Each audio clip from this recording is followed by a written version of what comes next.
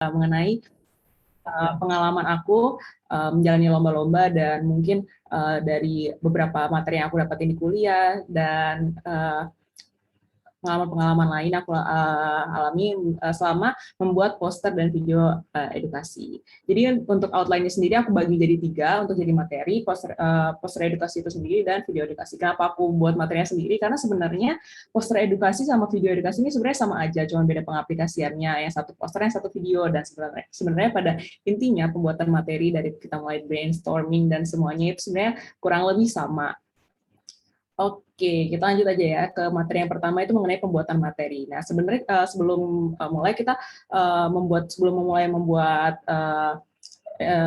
health education pada masyarakat, kita harus mulai brainstorming dulu. Jadi sebenarnya tujuan dari kita membuat poster publik, mau membuat video edukasi kesehatan, sebenarnya tujuannya apa sih? Itu sebenarnya semuanya tujuannya itu balik lagi ke health promotion. Jadi health promotion itu kan kita mempromosikan kesehatan kepada masyarakat agar nanti mereka aware dengan lingkungan mereka sendiri, dengan diri mereka sendiri, sehingga nanti dia mau mengimprove health mereka. Seperti itu kan tujuannya. Nah, ini nih ada beberapa yang perlu kita garis bawahi sebelum kita memulai, kita mau bikin sesuatu. Yang pertama kita harus tentuin topiknya dulu nih. Yang ingin kita bawakan. Biasanya kalau misalkan di lomba-lomba gitu kan, biasanya udah dikasih tahu nih topiknya apa, tergantung dari apa yang dibawakan lomba itu sendiri. Misalkan kayak tropical disease atau respiratory dan lain-lain. Tapi kalau misalkan emang kita mau mengedukasi masyarakat aja, kita harus kayak melihat di sekitar kita nih apa sih yang sebenarnya dibutuhkan masyarakat gitu. Dari sana, terus kemudian kita tentukan dari topik besar itu kita breakdown lagi ke topik-topik kecil gitu. Misalkan diabetes kan ada banyak tuh, salah satunya ada diabetes gestasional gitu. Kenapa sih diabetes gestasional? Mungkin karena sekarang lagi tinggi-tingginya nih di kalangan ibu-ibu atau bagaimana. Mungkin kemudian kalau materi tentang kesehatan anak-anak nih, mungkin yang lagi happening banget tuh mungkin sekarang stunting gitu kan. Nah, nanti kan dari sana tuh nanti kita pilih lagi kita mau tentang apanya nih, untuk edukasi gizinya kah, kalau misalkan stunting, atau pencegahannya kah, atau deteksinya lagi. Nah, itu kalau kita dalam membuat sesuatu pasti nanti idenya tuh bakal muncul banyak banget. Nah, gimana cara kita memilah topik-topik yang udah ada banyak banget itu? Kalau aku sih pengalaman aku cara memilahnya itu dengan cara USG. Mungkin ada beberapa yang udah tahu, jadi USG itu kan urgency, seriousness, sama growth. Nah, itu dilihat kalau urgensinya kayak seberapa besar sih masalahnya. Mungkin kalau kalian lihat data statistik, mungkin ini penyakit nomor 1 yang ada di anak-anak, atau penyakit nomor 1 yang ada di ibu hamil kayak gitu. Nah, terus makanya ini perlu kita angkat nih. Terus kalau misalkan seriousness-nya itu seberapa dalam dampaknya, misalkan stuntingnya tuh kayak oh iya nih, kalau misalkan terlambat nih, anaknya tuh nanti efeknya irreversible ke depannya. Kalau udah terlambat nih, udah nggak bisa diapa-apain lagi nih, itu kan bahaya banget kan. Atau enggak kalau misalkan kayak kalau di perempuan kan kanker payudara tuh paling tinggi. Nah, itu kan bisa menyebabkan kematian. Nah, itu juga bisa kalian angkat di situ untuk topik. Terus kalau growth-nya nih tiap tahun meningkat terus nih. Nah, itu mungkin bisa kalian pertimbangkan kalau kalian udah punya topik nih banyak banget. Karena pengalaman aku tuh kita tuh sibuk milih topik itu lama banget karena banyak nih pilihan topiknya nih, pas lagi cari-cari menarik banget nih gitu. Itu alat bantunya mungkin bisa dipakai USG itu. Nah, terus kemudian kita juga harus tentukan target audiensnya. Nah, itu balik lagi kembali ke topik nih. Misalkan diabetes gestasional berarti ibu-ibu hamil kan target audiensnya. Terus misalkan kalau misalkan TB berarti orang yang kena TB kan. Terus kemudian entah kalian mau menyasarnya ke orang tuanya yang udah lanjut usia atau kayak gimana. Terus kalau stunting pasti target audiens kalian ibu-ibu. Nah, kenapa target audiens ini penting? Karena ini nanti selanjutnya adalah bagaimana kalian mengemas itu biar mudah diterima oleh target tersebut. Misalkan kalau target kalian orang tua, nanti kalimatnya beda lagi dong kalau sama kalian ngomongnya ke remaja. Kalau remaja kan kalian bisa pakai singkatannya kekinian gitu kan, atau gambar-gambarnya juga kekinian ya, estetik kayak gitu. Jadi itu harus dibedain karena emang tiap populasi itu punya cirinya masing-masing lah. Terus kemudian udah ditentuin topiknya, terus kemudian kalian tentukan tujuannya. Contohnya meningkatkan pengetahuan mengenai suatu penyakit tertentu, atau PSP lah, jadi pengetahuan sikap perilaku di sana. Apa yang ingin kalian intervensi, apa yang ingin kalian tingkatkan di masyarakat itu yang kurang, yang berdasarkan analisis yang sebelum-sebelumnya telah kalian lakukan. Terus kemudian kalian bisa cari literaturnya nih untuk membuat solusi terhadap masalah-masalah tersebut. Gitu. Kalian bisa lihat di WHO, terus dari publikasi Kemenkes dan lain-lain. Ya, kalau bisa yang harus banget, wajib banget itu harus yang dapat dipertanggungjawabkan lah hasilnya, karena biasanya kalau kalian lomba nih, terus nanti kan ditanya-tanya nih sama jurinya, nanti kalian bisa jawab nih berdasarkan publikasi WHO atau berdasarkan publikasi Kemenkes itu pasti juri itu udah oke, karena kalian jelas nih dasar ilmunya. Terus atau apa misalkan kalau kalian berhadapan langsung dengan masyarakat itu nanti informasi yang kalian berikan itu tidak salah gitu kan. Nah, kemudian terus kemudian perbedaan dari materi yang kalian bawakan dalam poster publik atau video edukasi itu bedanya sama kayak literature review, terus misalkan meta analisis, itu bedanya adalah di sini kalian tuh nggak harus menemukan sesuatu yang baru gitu, novelty-nya tuh nggak harus baru banget, kayak kalian menciptakan suatu alat untuk mendeteksi ini gitu nggak harus, kalian cuma tinggal cari aja misalkan kayak COVID ini kalian mau mempromosikan 5M kan udah ada, cuman gimana cara kalian mengemasnya kembali biar mudah dicerna oleh masyarakat. Jadi kayak gitu sih. Jadi udah ada guideline-nya udah ada, terus kalian tinggal memaparkan lagi ke masyarakat gitu. Terus kemudian, nah ini dia komponennya. Kan tadi kalian udah brainstorming, terus nanti kalian cari-cari literaturnya, terus kalian tuangkan ke sini. Jadi nanti kalian buat judulnya, latar belakangnya, penjelasan singkat, sama pesan utama atau solusi yang kalian tawarkan. Ini nih kalau di lomba-lomba ini yang nanti akan kalian tulis di abstrak atau misalkan dalam bentuk poster atau video, ini juga yang akan menjadi alur cerita yang ingin kalian sampaikan kayak gitu. Jadi judulnya tuh harus usahakan judulnya yang catchy atau singkatan-singkatan yang mudah diingat gitu. Misalkan ada Amir, ayo minum air gitu kan. Itu simple terus gampang banget gitu kan. Dan singkatan-singkatan lainnya yang ini udah kayak jadi ciri khas dari public poster dan video edukasi gitu kan, pasti kalian pernah dengar dan pernah lihat gitu. Ini di sini dituntut kekreativitasan kita kayak gitu. Terus kemudian latar belakang ini yang tadi kenapa kalian jelaskan ulang kenapa kalian milih topik itu, yang tadi dari urgensinya, seriousness-nya, dan dari growth-nya kalian tuangkan ke sini gitu. Terus kemudian kalian juga bisa gunakan data-data epidemiologi yang ada gitu. Terus kemudian selain itu kalian juga bisa menggunakan pendekatan dengan fenomena yang sedang viral, misalkan ya itu yang kalau sekarang kan dulu tuh yang heboh tuh vaksin COVID bisa jadi Titan, terus kalian masukin ngangkat itu juga bisa banget gitu. Yang lagi heboh lah di masyarakat itu juga bisa menjadi nilai plus untuk karya kalian kayak gitu, bisa dimasukin sini. Terus kemudian selanjutnya adalah penjelasan singkat, misalkan kalian ingin menjelaskan definisinya karena mungkin masyarakat tuh belum terlalu ngerti nih masalah ini, misalkan kayak diabetes gestasional, atau orang-orang kan nggak kurang paham gitu ya, mungkin kalian bisa jelaskan secara ringkas di sana, mungkin bisa dijelasin lagi gejalanya, komplikasi, penyebabnya, dan lain-lain. Kalian bisa masukin di sana, tapi harus diingat tetap menggunakan bahasa yang awam seperti itu, karena ini kan untuk masyarakat luas yang mayoritas tidak ada background knowledge tentang kesehatan ataupun kedokteran seperti itu. Nah, kemudian baru deh highlight utamanya adalah pesan utama atau solusi yang ingin kalian tawarkan. Jadi untuk mengatasi masalah-masalah tersebut, kayak misalkan tadi yang mengatasi melakukan pencegahan COVID dengan melakukan 5M gitu kan. Kalian tulisnya di bagian sini gitu. Nah, kemudian itu udah materinya. Kemudian kita lanjut ke pembuatan poster edukasinya itu sendiri. Nah, jadi aplikasi yang bisa digunakan ini macam-macam banget. Tapi mungkin yang paling umum dipakai 3 ini kali ya, mungkin karena sejauh ini yang aku tahu orang-orang pakainya ini, tapi tidak terbatas untuk aplikasi-aplikasi lainnya yang mungkin kalian tahu, bisa aja dipakai apa aja. Yang mungkin yang paling umum dan yang paling gampang dipakai itu Canva. Nih, pasti pada pernah pakai Canva kan, karena makanya gampang banget, dia harus download aplikasi apa-apa, bahkan di HP juga bisa gitu kan. Oke, semuanya gratis, di sini juga ada. Gitu. Terus kemudian ada Photoshop, mungkin kalau misalkan yang lebih advance lagi, dan Adobe Illustrator. Kalau aku sendiri sih selama ini mendesain pakainya Adobe Illustrator, karena memang Adobe Illustrator ini dia vector based, jadi dia tuh nggak akan pecah, beda sama Photoshop yang dia pakainya pixel kan.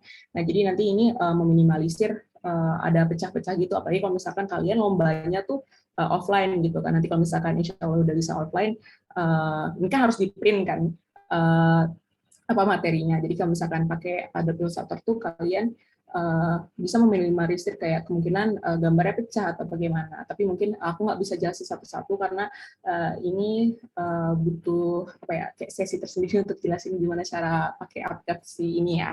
Aku jelasin nanti yang desain bisa basic-basicnya aja, teori-teorinya aja.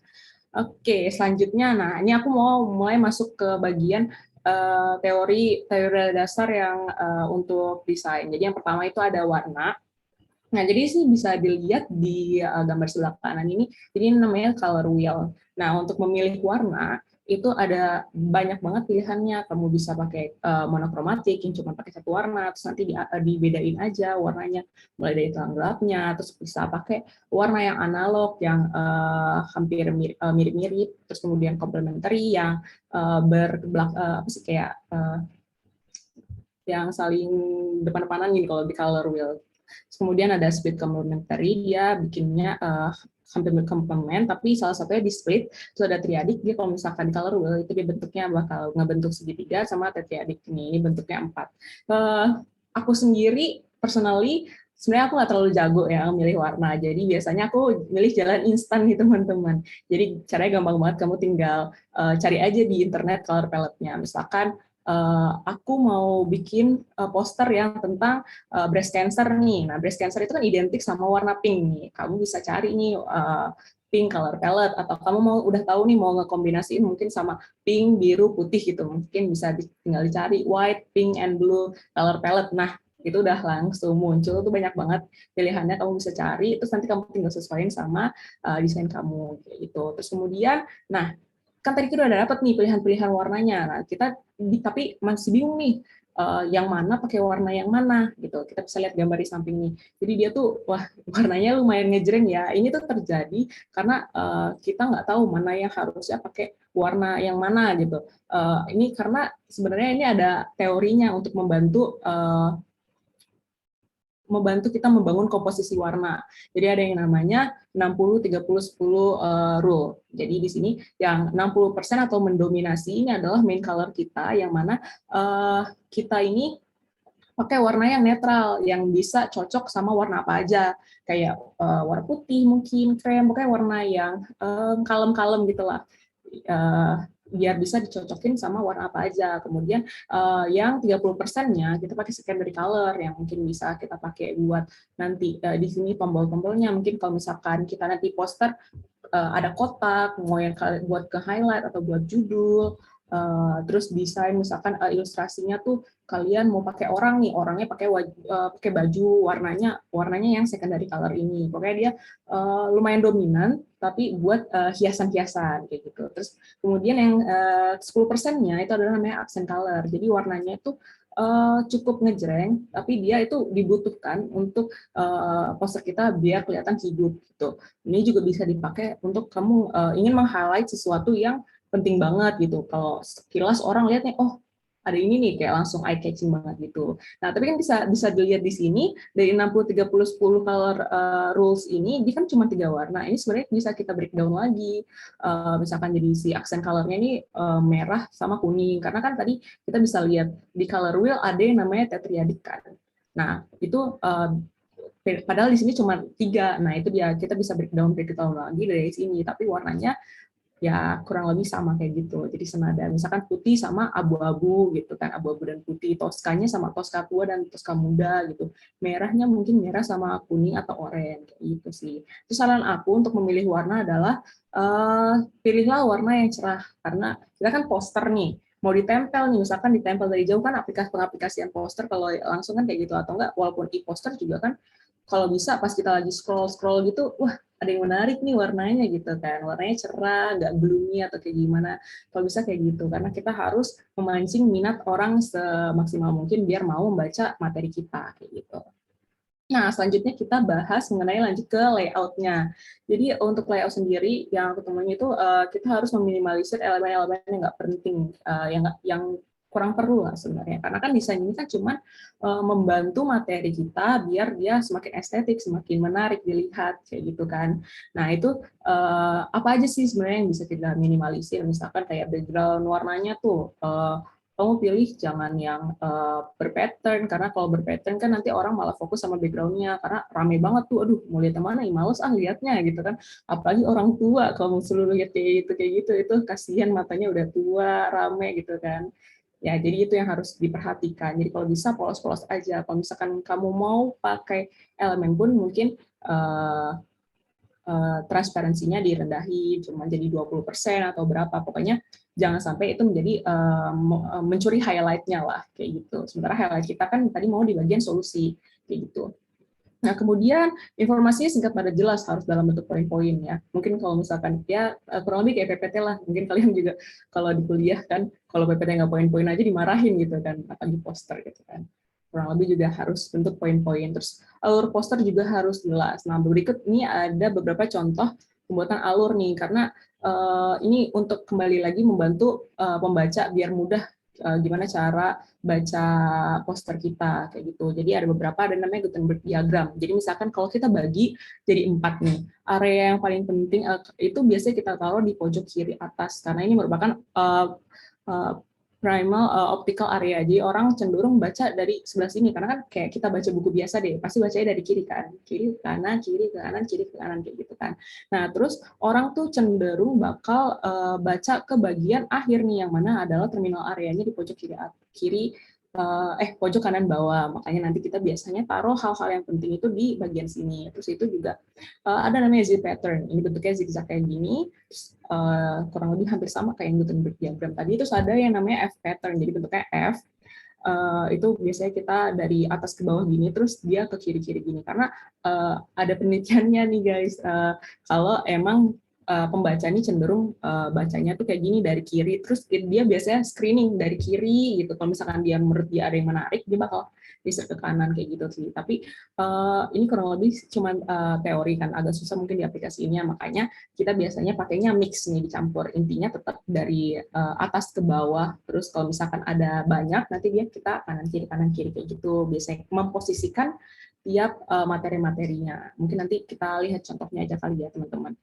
Nah, terus selanjutnya ada font atau typeface. Jadi ini kan ada banyak banget yang kita tahu nih di Canva juga. Mungkin kalian kalau pakai Canva banyak banget pilihan. Aku sendiri pun kalau misalkan bikin poster kayak bingung, aduh cocoknya yang mana gitu ya. Karena banyak banget, ada sans serif yang nggak ada ekor, serif yang berekor kayak gini, terus ada handwriting dan lain-lain.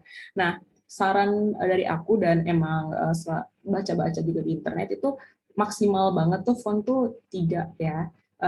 Kalau bisa jangan lebih dari 3. Nah, tapi kalau aku sendiri biasanya pakainya 2. Jadi nanti satu untuk judul, biasanya pakainya yang tebel, gede, yang tipe fontnya tebel atau gede, atau enggak bisa juga pakai serif. Terus kemudian font untuk subjudul dan font untuk isi biasanya sama, cuman bedanya untuk subjudul itu mungkin di next nih ada nih font untuk subjudul, atau kalau yang dicontoh ini yang bagian sini itu nanti sama dengan isi, cuman dia mungkin di bold atau dan ukuran lebih gede atau enggak di italic gitu. Jadi untuk membedakan. Nah, itu sebenarnya kenapa sih kita beda-bedain ini? Ini tuh untuk namanya membuat visual hierarki visual. Jadi itu untuk menunjukkan mana yang penting dan mana yang less important gitu. Jadi untuk menunjukkan kepada orang nih kan, karena orang cenderung untuk screening aja nih, lihat mana bukan, biar lihat ada yang penting, perlu nih dibaca lain-lainnya kayak gitu. Nah, kemudian yang perlu diperhatikan dari font adalah ukurannya. Ini jelas ya, karena kalau misalkan kalian lomba nih sering banget dikomentarin kayak, saya nggak kelihatan nih dari sini. Jurinya sering banget tuh melontarkan komentar-komentar seperti itu. Jadi perlu diperhatikan juga untuk ukurannya. Terus kemudian line spacing sama character spacing. Line spacing kan yang antar baris ini, terus kalau character spacing itu yang antar hurufnya. Mungkin kalau character spacing nih aku nggak begitu banyak nemu contohnya yang bermasalah, tapi mungkin aku sering lihat nih di line spacing ya. Contohnya kayak nih atas dan bawah ini perbedaan line spacing. Jadi karena kadang-kadang teman-teman tuh suka memaksakan kayak space-nya tuh udah udah sedikit, tapi masih banyak yang ingin dimasukkan. Jadi kadang-kadang entah fontnya yang dikecilkan atau line spacing-nya nih dipadat-padatin. Sebenarnya kalau bisa dihindari ya teman-teman pembuatan seperti itu. Jadi be generous with line spacing-nya gitu. Jadi jangan pelit-pelit nih ngasih line spacing. Walaupun kalau misalkan pun nanti tempatnya nggak cukup, mungkin kalian bisa eliminasi nih, kalian pertimbangkan lagi. Ini penting banget nggak untuk kita masukkan ke dalam posternya, karena poster kan ukurannya cuma A3 gitu kan, karena nggak mungkin semuanya kita masukin seperti itu, jadi dipilah-pilah lagi ya teman-teman. Nah, terus kemudian ada basic design namanya proximity atau pengelompokan elemen serupa. Tujuannya agar lebih terorganisir, agar pesan lebih mudah tersampaikan. Nah, ini contohnya pengelompokan kayak gini nih. Jadi dikasih batas lah di antara mereka. Dan nanti mungkin kalau untuk pengelompokan di posternya asli, mungkin kalian menggunakan proximity ini untuk membedakan ntar kalian definisi nih di sini nih, definisi sendiri gitu, terus nanti etiologi sendiri, komplikasinya sendiri kayak gitu, dikelompokkan karena biar masyarakat tahu nih, oh ini batasnya, oh si ini nih sekelompok ini kelompok ini. Jadi untuk kembali lagi untuk memudahkan pembaca untuk membaca poster kita. Terus kemudian ada namanya negative space atau white space, itu adalah daerah kosong sebagai ruang bernafas. Jadi tujuannya agar poster kita terlihat rapi dan bersih dan memberikan kesan lebih profesional. Ini sih yang menurut aku lebih sangat berdampak. Jadi poster kita tuh semakin terlihat profesional gitu look-nya. Ini akan si negative space ini akan membantu si proximity ini biar kalau ada negative space di antaranya, ini seperti ini kan nanti jadi pengelompokan blok-bloknya itu jadi semakin terlihat seperti itu. Nah, jadi terus saran aku juga jangan takut desainnya nanti kelihatan sepi, karena aku sering banget bilang kayak aku udah bikin kayak gini, terus nanti yang lain bilang kayak ih kok jadinya sepi gitu kan, padahal emang ini dibutuhkan gitu loh sebenarnya. Gitu. Nah, terus selanjutnya adalah kontras ini. Nah, kontras ini bukan cuma warna ya teman-teman, mungkin teman-teman tahu yang kontras yang di ngedit foto gitu. Nah, kontras ini untuk membedakan elemen baik itu foto, terus ilustrasi ataupun tulisannya. Gitu. Kita butuh kontras. Tujuannya untuk menekankan poin penting, menarik perhatian dan menunjukkan hierarki visual. Kembali lagi untuk membantu pembaca untuk guideline gimana cara baca poster kita kayak gitu. Nah, ini contohnya, misalkan contohnya gambarnya kayak gini, kan kita itu mau menunjukkan kalau ini tuh bahaya gitu kan. Kalau kayak gini doang, orang kalau sekali lewat doang lihatnya kayak nggak penting banget. Tapi kalau misalkan pas kita udah ganti, ada dikasih warna kuning, tulisannya dibesarkan, gambarnya dibesarkan, kan orang jadi kelihatan gitu. Nah, ini juga bisa kita lakukan dengan menggunakan nanti tulisannya di bold, di italic, di underline, terus juga bisa pakai visual cues kayak dikasih panah, dilingkari tulisannya, atau dikotakin, atau warnanya diganti, dan lain-lain. Nanti kita bisa lihat contohnya di berikutnya. Nah, terus selanjutnya alignment, meratakan elemen. Mungkin kalian taunya kalau alignment tuh yang di teks aja gitu kan, tapi ini penting juga untuk meratakan semuanya. Misalkan kayak tadi subjudul sama judul, misalkan kalian menulis nih definisi, nah terus di bawahnya terus dikasih gambar, nah itu juga harus diratakan biar nanti dia tuh nggak mencong-mencong gitu loh, karena kalau kalian lihat kayak dia nggak rata gitu, itu kayak ada yang kurang nih gitu kadang-kadang. Karena aku juga kadang-kadang suka lihat nih kayak dia di tengah enggak, di pinggir enggak, aku jadi bingung dia ini rata mana ini, rata tengah, rata kiri. Dan kalau misalkan lebih jelas dan lebih konsisten kan lebih enak dilihat seperti itu. Terus kemudian ini juga contohnya rata tengah gitu.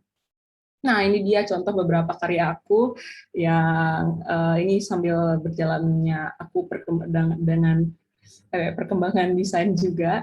Jadi mungkin ada beberapa, di sini aku menemukan banyak sekali trial and error, jadi mungkin ini bisa dipakai untuk pembelajaran kita bareng-bareng. Jadi di sini bisa dilihat untuk komposisi warnanya sendiri, aku base-nya pakai warna abu-abu, terus ada warna pink dan ini kayak ungu biru gitu.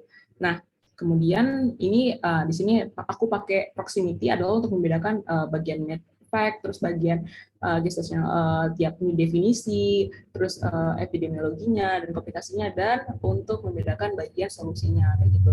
Nah, untuk bagian solusi ini penting banget untuk jangan sampai kalah proporsi ukurannya dibandingkan sama bagian-bagian lain, karena aku pernah ikut lomba terus kayak menurut aku gambarnya bagus nih, aku gedein biar semakin menarik minat pembaca gitu kan, tapi aku malah di komen kayak intinya yang ini kan, kenapa ini kalah ukurannya sama yang itu, jadi perlu diperhatikan juga teman-teman ya.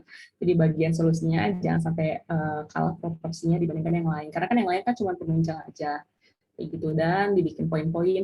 Terus ini aku di sini pakai bagian apa kontras. Jadi di sini yang bagian penting-penting kayak banyak nih yang yang dipengaruhi sama penyakit ini kayak gitu-gitu sih. Terus kemudian ini juga, nah di sini kesalahan aku adalah aku pakai warna merah di bagian yang nggak begitu penting, jadi malah orang cenderung baca ke sini gitu kan. Jadi di sini bagian contrasting itu juga cukup penting. Kalau misalkan kayak gini mungkin bisa diganti jadi warna biru muda dan lain-lain. Nah di sini bisa lihat di bagian proximity-nya aku bikin penyebab dan dampak di sini, terus kemudian di sini bagian epidemiologinya sendiri, dan ini bagian solusinya sendiri.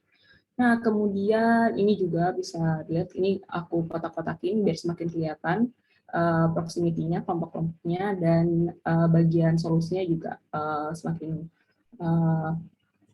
semakin paling besar gitu. Dan cara bacanya dari atas ke kiri, ke bawah lagi gitu.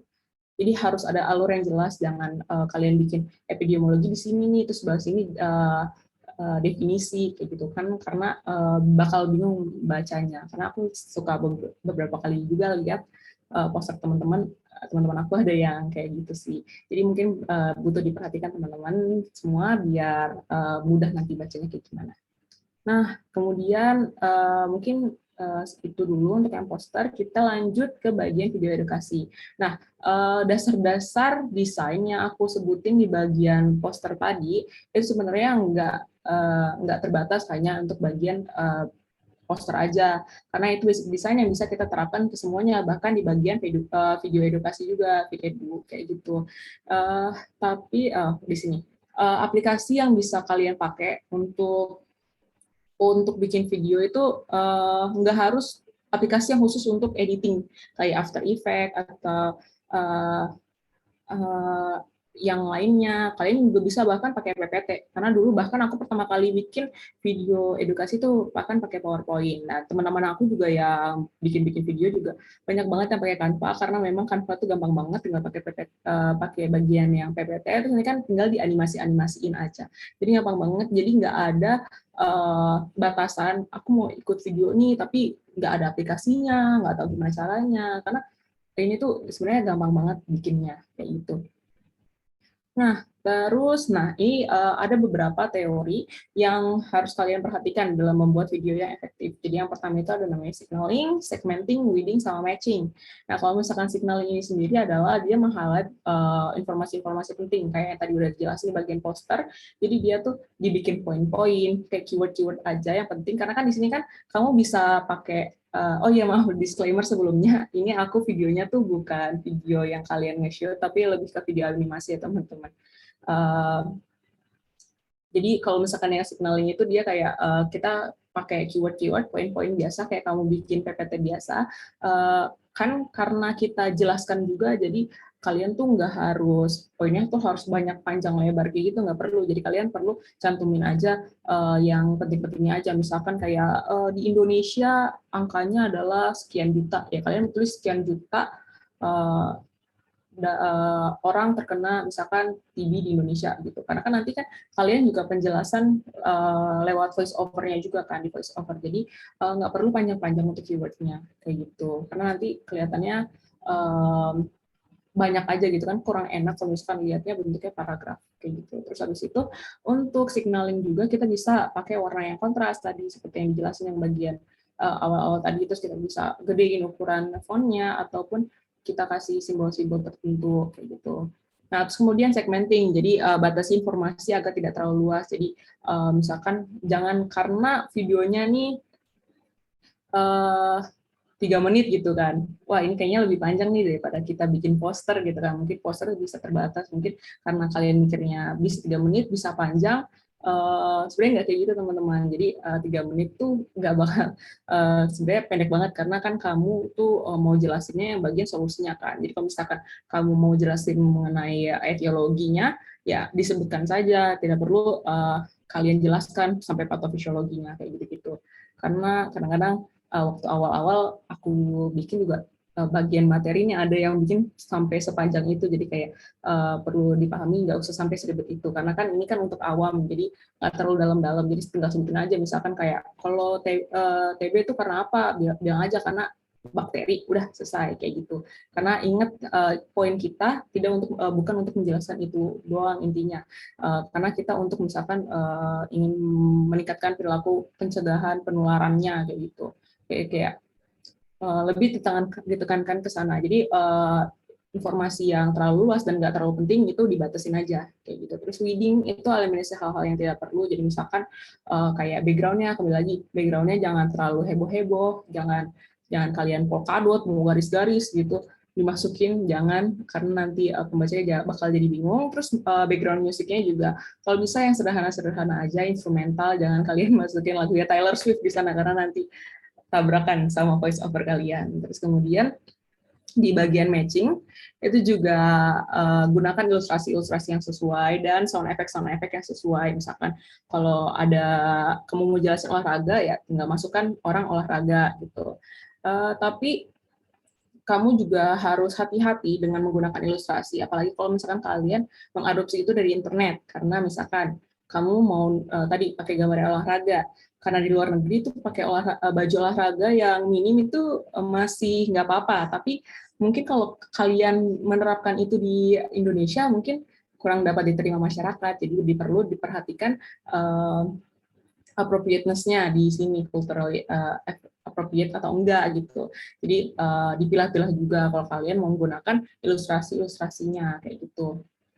Nah, oke. Lanjut ke alur pembuatannya itu sendiri. Nah, ini sebenarnya sejauh ini tuh belum ada alur yang pasti kayak kamu harus ini dulu, kamu harus ini dulu, nggak kayak kamu mau bikin meta analisis ya emang udah ada flow chart-nya. Kalau ini tuh lebih apa ya istilahnya freestyle ya, freestyle. Tapi sejauh ini yang aku lakuin dalam membuat video adalah kurang lebih seperti ini. Jadi yang pertama itu kalian buat naskahnya. Tadi kan kamu udah buat materinya nih, udah tahu nih mau buat siapa, terus tadi judulnya udah dirancang juga, terus latar belakangnya juga apa. Nah, itu tinggal bagaimana kamu mengubah materi tersebut menjadi naskah nih. Nah, naskahnya itu bisa berupa dialog atau narasi. Jadi sekreatif kalian mau kayak gimana, dan nggak ada aturan khusus kayak katanya dialog lebih bagus nih. Mungkin kalau misalkan kamu pakainya dialog buat lomba bisa menang nih kemungkinan. Itu juga sebenarnya nggak ada patokannya. Itu kreatif kalian tergantung konsep dan tema kalian seperti apa. Jadi dua-duanya bisa dipakai. Nah, terus kemudian tentukan konsep videonya, sesuaikan dengan target audiensnya. Misalkan target audiens kalian geriatri gitu kan, ya sesuaikan dengan kurang lebih ini cocok gak ya buat orang tua. Nah, soalnya karena itu bakal akan beda kalau target audiens kalian remaja atau anak-anak. Mungkin kalau anak-anak kan warnanya mungkin lebih cerah gitu kan, warnanya mungkin yang biru anak-anak, yang sering di anak-anak gitu kan, misalnya kayak di Cocomelon gitu. Nah, itu kalau misalkan kalian berikannya ke geriatri yang nenek-nenek, kakek-kakek atau remaja mah nggak nyambung gitu kan, nggak masuk kayak gitu. Jadi itu perlu di planning juga mereka kira-kira sukanya yang seperti apa, seperti itu. Nah, terus udah tahu konsep videonya, kalian bisa nih, habis itu di konsep videonya juga kalian bikin storyboard. Kalau aku sendiri, aku suka bikin storyboardnya. Jadi storyboardnya itu per scene. Jadi misalkan scene pertama itu judul. Kalian mau kira-kira judulnya mau kayak gimana nih, tulisan aja kayak misalkan tiba-tiba muncul di tengah nih tulisannya. Terus kemudian scene berikutnya definisi, terus kemudian scene keduanya epidemiologinya. Nah, itu kalian bisa tentukan di sana di pas membuat konsep video. Terus habis itu udah selesai nih, oke udah bagus nih. Kalian tinggal mengumpulkan item-item penunjang videonya kayak ilustrasinya, terus nanti background musiknya dan lain-lain. Itu kalian bisa kumpulkan sambil ngumpul-ngumpulin, nanti dibikin-bikin, terus pastikan juga tadi yang aku sudah bilang elemennya sesuai dengan apa yang ingin kalian sampaikan dan juga culturally appropriate gitu. Jadi kalau misalkan ada gambar di luar sana mungkin ilustrasi perempuan tapi perempuannya pakai rok pendek, mungkin ya diedit dulu gitu jadi panjang roknya kan, kalau misalkan orang tua nanti ih bajunya nih kayak gini gitu, nanti jadi heboh poster kalian atau video kalian gitu kan. Terus selanjutnya kalian udah langsung bisa dieksekusi itu gambarnya. Tadi kan udah kalian masukin teks-teksnya, gambarnya, mungkin dia aplikasinya, terus nanti kalian tinggal animasiin aja gitu kan, tinggal dianimasiin. Misalnya kalau misalkan ada percakapan, tinggal dimasukin nih ada suara, misalkan percakapannya di pasar, suara-suara pasar, ceritanya buat semakin menambah ilustrasi suasananya, dan cari background-nya, dan digerak-gerakin orangnya biar videonya tuh semakin kelihatan hidup gitu. Nah, itu sekreatif kalian dalam membuatnya. Kalau kalian bingung-bingung juga bisa cari tutorialnya di YouTube, karena aku sendiri juga misalkan bingung nih kayak gimana cara bikin roda muter gitu kan, cari tutorialnya di YouTube kayak gitu sih. Nah terus kemudian sayangnya juga di sini kita juga harus merekam audio yang dubbingnya terus kita masukin kan. Nah hal yang penting di bagian perekaman audio ini adalah kita harus memastikan bahwa nggak ada noise, misalkan kayak suara, kalau kita ngomong tuh kadang-kadang kalau ngomong gitu, kalau kalian rekam di mikrofon itu kadang-kadang ada suara anginnya kayak gitu, jadi itu harus diminimalisir. Gimana nih kalau misalnya pasti dengar, oh kurang bersih nih suaranya, diulang lagi. Terus kalau kalian ngerekamnya di kamar, ada suara AC juga dimatiin dulu AC-nya, atau kalau misalkan kamar kalian deket jalan juga ya pastiin nggak ada yang lewat, nggak ada suara motor, nggak ada suara mobil, apalagi yang suara-suara jualan dagangan gitu, jadi harus diperhatikan juga. Nah terus kemudian hal penting adalah intonasi. Jadi intonasinya tuh kalau bisa harus nada yang antusias, jangan misalkan mentang-mentang kamu tentang depresi materinya, ya kamu jadi suaranya pelan atau kayak gimana. Nah itu kan orang jadi ngantuk gitu kan dengarnya. Seperti itu. Mungkin beda-beda orang, ada yang sukanya dengarnya yang kalem, aduh suaranya enak banget nih, lembut didengar, tapi itu bukan mayoritas yang biasanya dipakai untuk video edukasi. Jadi kita harus pakai suaranya yang antusias, kayak gitu. Nah, terus kemudian perhatikan juga kecepatan dalam menjelaskan materinya, gitu. Jadi jangan kecepatan, jangan kelambatan, karena kalau misalkan contohnya target audiens kalian geriatri, itu kan agak lamban ya, kalian nggak bisa dong cepet. Kalau kalian ngejelasin mungkin kalau ke yang remaja yang sukanya cepet, kalau lama tuh ngantukin kayak gitu-gitu.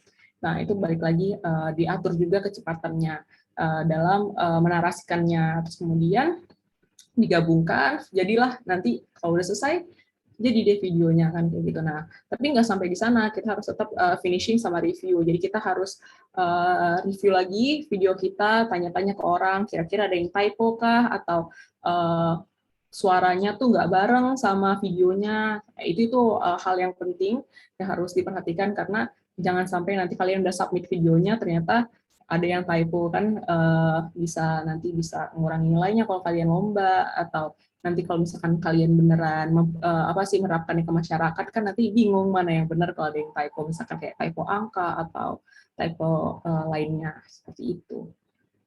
Nah ini ada beberapa, aku mau contohin beberapa ada dua video aku, jadi nanti di sini akan compare. Yang pertama ini aku akan nunjukin bagian